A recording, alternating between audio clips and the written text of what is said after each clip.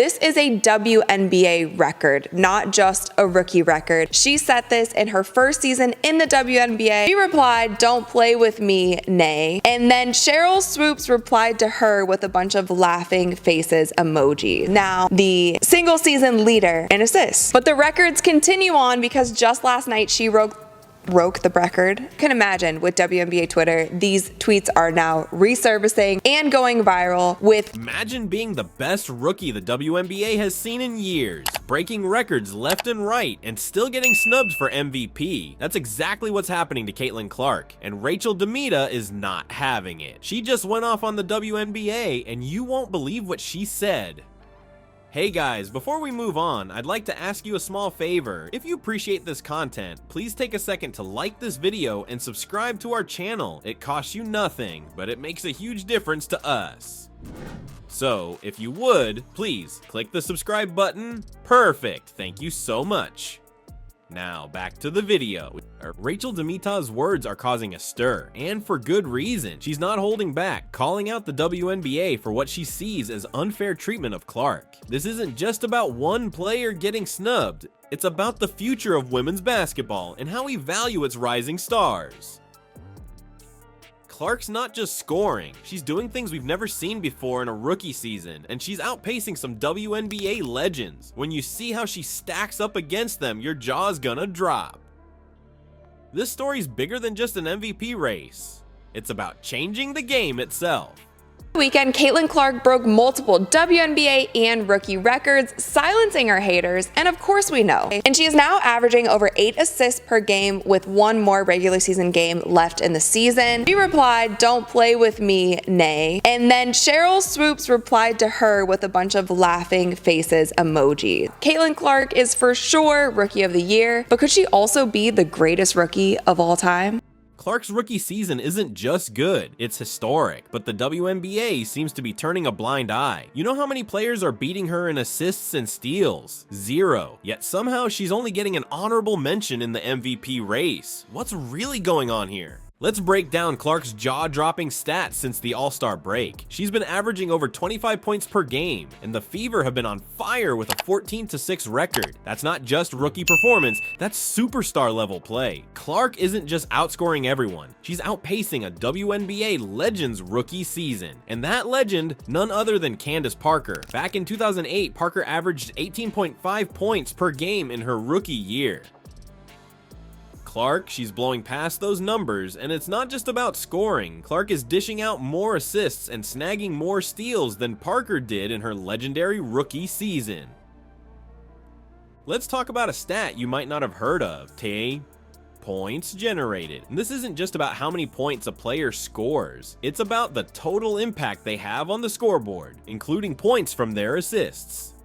And guess what? Clark is leading the entire league in this crucial stat. Not just rookies, the whole league. So we've got a rookie who's outscoring, out-assisting, and out-stealing a WNBA legend. She's leading the league in a stat that measures total offensive impact. Her team is winning. You'd think she'd be a lock for MVP, right? Wrong. Despite these incredible numbers, Clark is only listed as an honorable mention on the current MVP ladder, Axographic ladder. Players like Alyssa Thomas and Breanna Stewart are ranked higher, even though Clark is beating them in key stats. Clark's not just playing like a rookie, she's playing like an all-time great, but apparently that's not enough for the WNBA.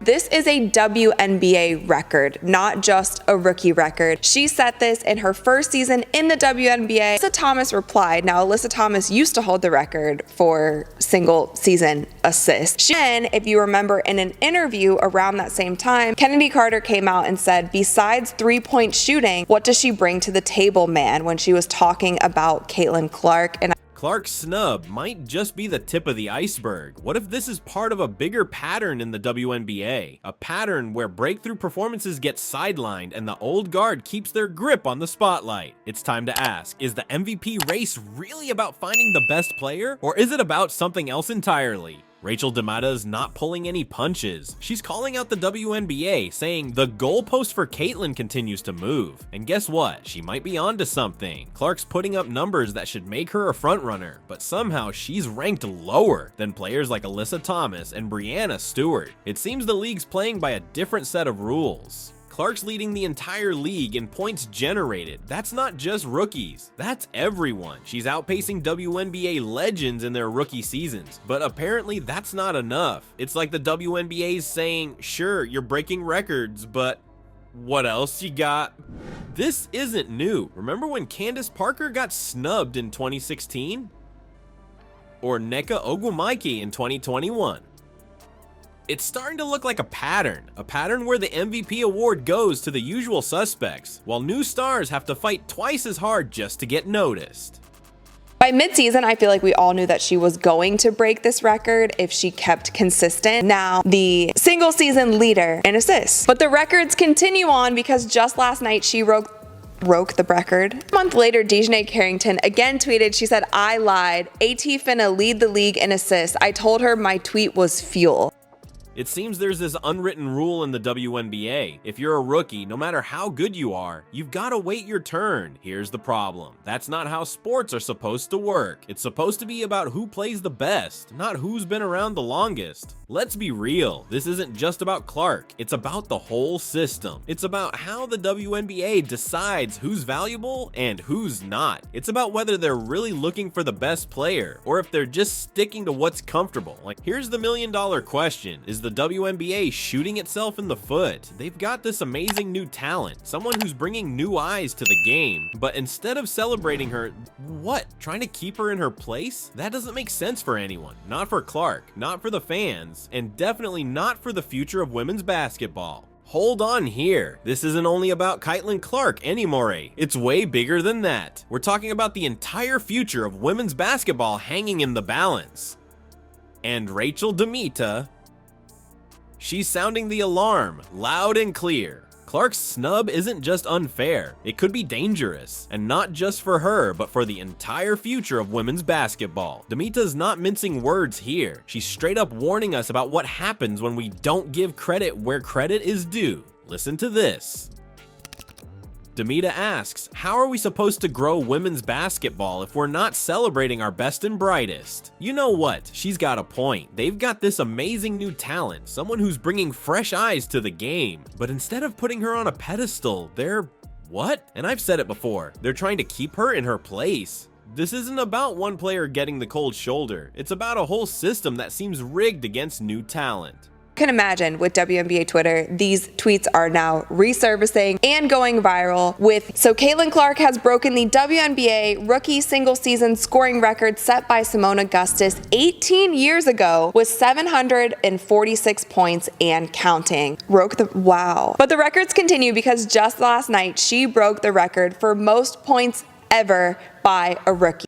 If you're a young baller watching this go down, what message are you getting? Work your butt off, break records, and maybe get a pat on the back. That's not exactly motivating, is it? This could seriously mess with the WNBA's future. If they keep ignoring their rising stars, they might find themselves without any stars at all. Young players might start thinking, why bother with the WNBA if they're not going to appreciate me? Next thing you know, they're taking their talents elsewhere. It's not just about keeping talent in the league, it's about growing the fan base too. New stars bring new fans, and new fans, they bring more money, more attention, and more opportunities for everyone in the league. By snubbing Clark, the WNBA isn't dissing one player, they're potentially turning away a whole new generation of fans. Now, DeMita's not saying Clark should automatically win MVP, she's saying Clark deserves to be in the conversation, along with players like A'ja Wilson and Nafisa Sierra. It's about recognizing greatness wherever it shows up, rookie or veteran. This isn't just about one award or one player, it's about the future of the WNBA. Right now, that future is looking shaky. If the league doesn't start recognizing and celebrating its new talent, it might find itself stuck in the past while the rest of the sports world moves on. Alright, let's recap this whole Clark MVP snub mess. We've got a rookie crushing it on the court, breaking records, and still getting sidelined in the MVP race. It's not only unfair, it could be bad news for women's basketball. So fans like you and me, We've got more power than we think. DeMita's not only ranting, she's calling us to action. She's saying your voice matters, and it might just change the game. You know what? She's right. The WNBA needs to hear from us. If we don't speak up, who will? So what do you think? Is Clark getting robbed, or is the WNBA getting it right? Hit the comments and let's keep this conversation going, because your voice, it could be the one that changes everything. We'll see you in the next video. Let's go.